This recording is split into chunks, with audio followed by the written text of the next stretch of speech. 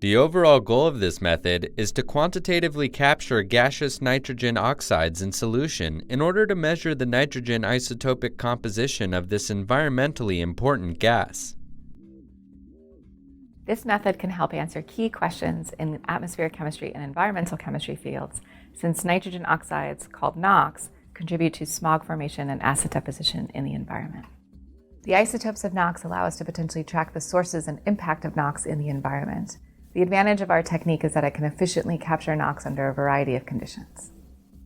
Compared with previously used techniques, our method has been thoroughly validated in both the laboratory and in the field for its ability to quantitatively capture NOx for isotopic analysis.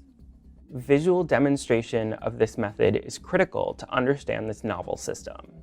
Its field deployment requires a compact battery-powered package to allow for the portability in a variety of field applications.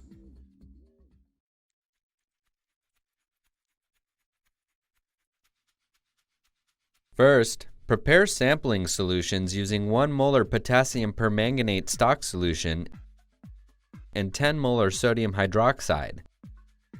Then, dilute each solution with ultrapure water to the correct volume.